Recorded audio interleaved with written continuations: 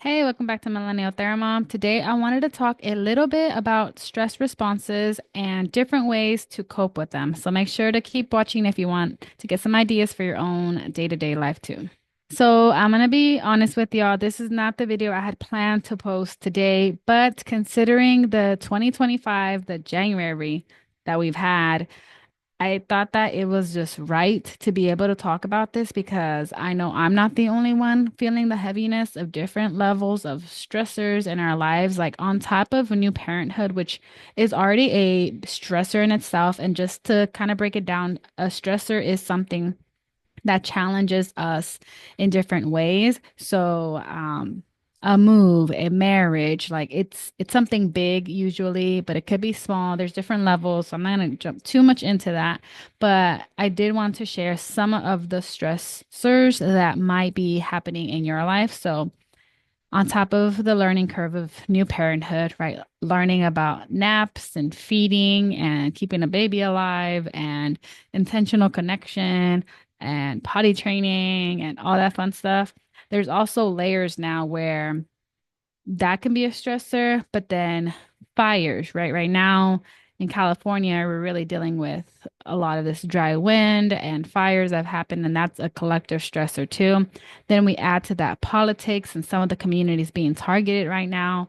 And if you don't know what I'm talking about, then maybe you're just not seeing this in the same way that I am. And that's your truth. But my truth is that I'm seeing people who look like me, who look like my family, being targeted, and that's a stressor. It's heavy on my heart.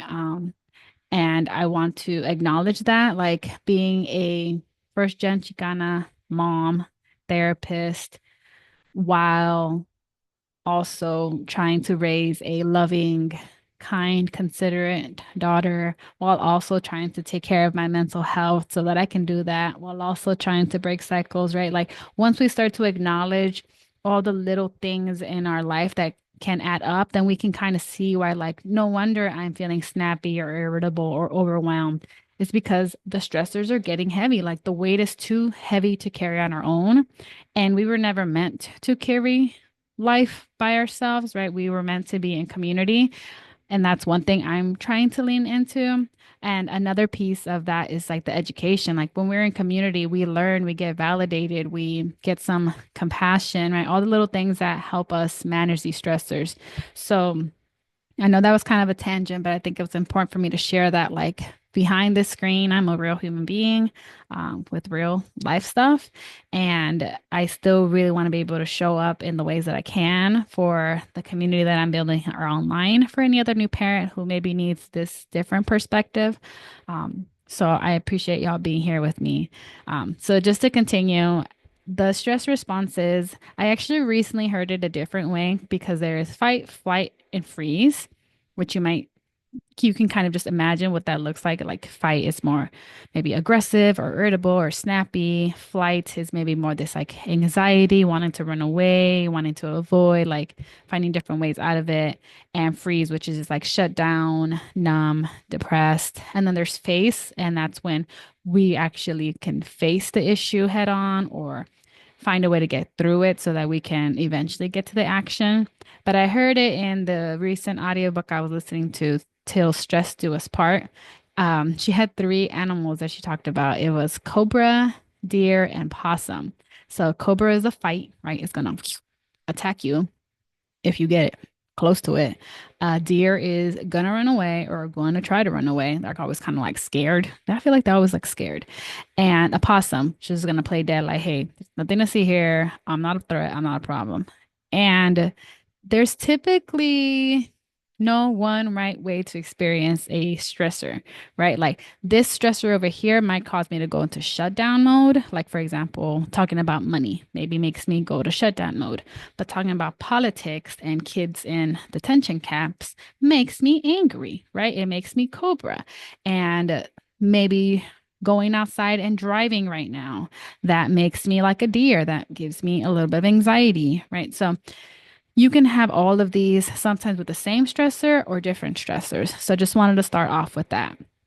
And then to just jump a little bit further for you all, I wanted to share 20 to 30-ish ways that I'm learning how to cope with my stressors, how to navigate them in case any of these can be your next baby step, right? Like if you don't know where to start, just pick one of these. I don't want this to be overwhelming. I want you to just feel like, okay, I got some tools. I can do this. Okay. So I also did want to share a disclaimer that because of my current capacity, like I do have a limited time to record and edit, this video is not going to be really including a lot of pop-ups or visual. I'm working on being basic, like working on being good enough. So if you see like mistakes or errors or it's not like as exciting, that's why I apologize, but I hope you still hang around and hopefully one of these ideas helps you out for your next step. And I'm going to be reading it from my journal because I don't want to forget to share what I've been reflecting on. So I'm just going to go ahead and start reading from my journal some of the 20 to 30-ish ways to cope with stress, specifically ones that I've been using the past couple weeks ish or so. So, one is lowering my standards, doing good enough. That's enough. Hence, why, even for this video, for example, I'm going to just try to put it out there into the world with nothing too fancy, my regular intro and outro, and that's it. All right. Writing, reflecting, journaling. I think this can be really helpful for some people to help take whatever's in here and put it on paper.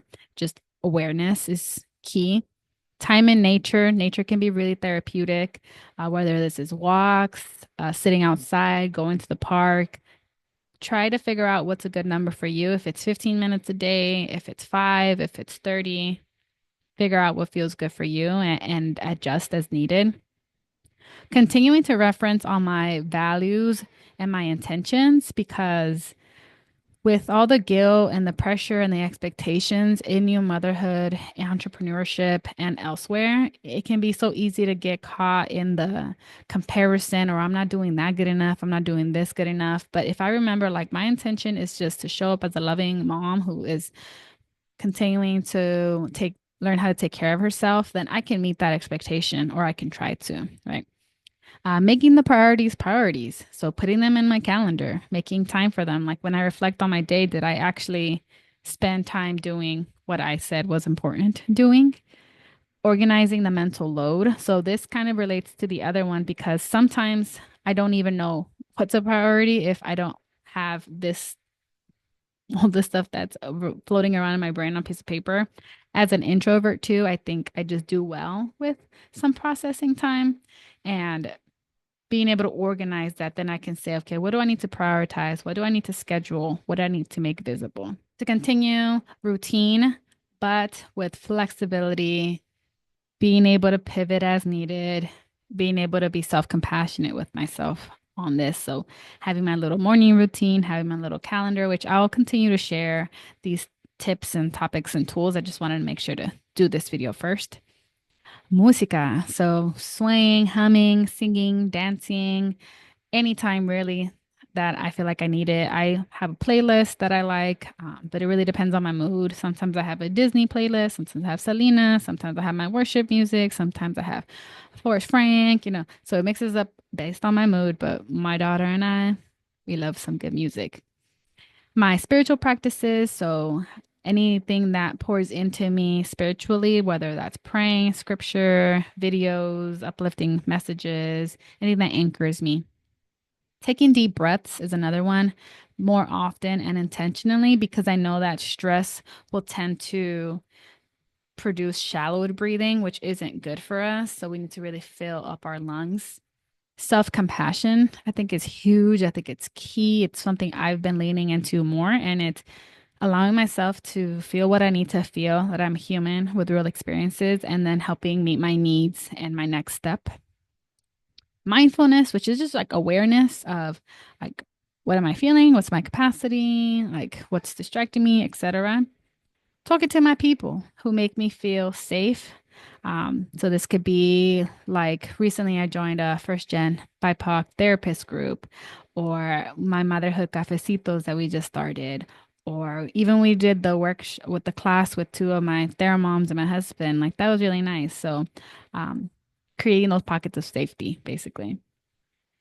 Remembering that good enough is good enough, that love is enough, that I'm enough. It's just this enoughness.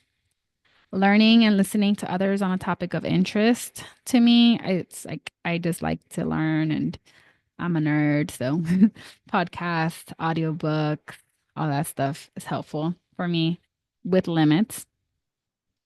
Teaching, creating, but also learning to rest, right? So even within this millennial thermom, YouTube, Instagram, I'm trying to find a good rhythm of like how much is too much, how much is enough is enough, like in a good way, right?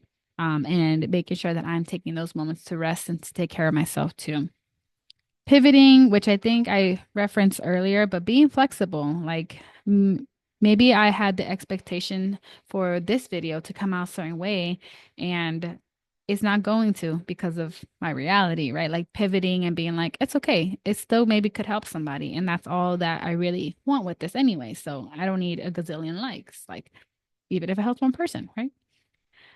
Feeding myself, drinking water, trying to meet those physical needs as much as I can. Like, am I going to bed at a decent time? Am I um, resting? Am I taking breaks? Or am I putting way too much on my plate, right? Cooking, when I have the capacity, I do love to cook. I love some good recipes. I haven't been able to share with y'all yet, but in the future I do. Um, because food can be so therapeutic too, spending time with family and community and having fun with them, right? So, I got to babysit my niece yesterday with my daughter, and that was fun. Like we were just jamming to like nostalgic music. I had fun.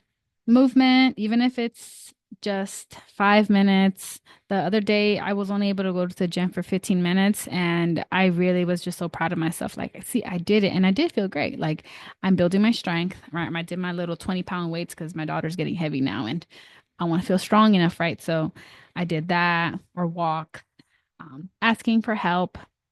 Related to the gym, there's a massage chair. So massages if you can, or a massage chair. Playing, like I mentioned, playing, having fun, alone time with limits. Again, not going into my Herbert like shell, Herbert, whatever that word is, my shell too much, like finding, getting plugged into the wall, right? Recharging, getting some alone time, and then coming out from that alone time. Doodling, drawing, coloring. It can be just fun sometimes to play with colors and just create in that sense. Social media timers and limits. This can be the same for news or anything else that you notice, like, "Oh, I spent a lot of time on this and I didn't intend to." We have sometimes we do screen time in my home. I have a toddler, and this was something I used to be really strict with myself with, but now I'm just like, hey, if us just watching like some music videos or like there's this Spanish toddler show she likes and I like and a Christian toddler show she likes and I like, hey, it's not the end of the world, right? And again, like just doing all this with flexibility, acceptance, and mindfulness and self-compassion as an overarching umbrella. And I actually had already recorded a video on that, which I call FAM. So that'll actually be coming out next week.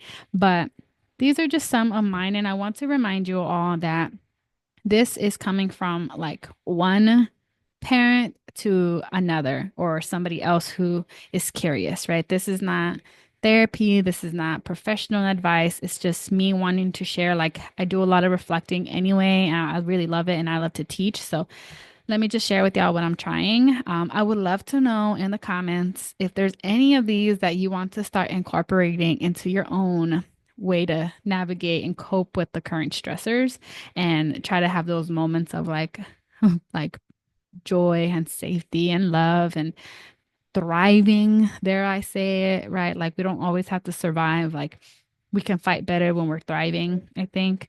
Um, so definitely let me know in the comments if there's any other thing too that you do that is like, because I cannot have listed all of them. I have limited time and limited space in my little journal.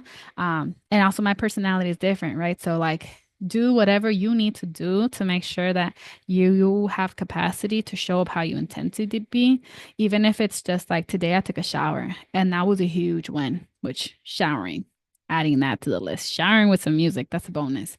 But yeah, make sure to follow and subscribe. And if you're curious about like my motherhood cafecitos, therapy, or even ways to support, you can go to connectwithjaylee.com. And right now, I kind of have this platform right now where if you do want to donate any amount for like free and low cost services, you can go to tinyurl.com/jaylee25. But I'll also be adding that to the links in the description and on my Connect with Jaylee website. Make sure to follow, subscribe, and hope you all take care. Bye.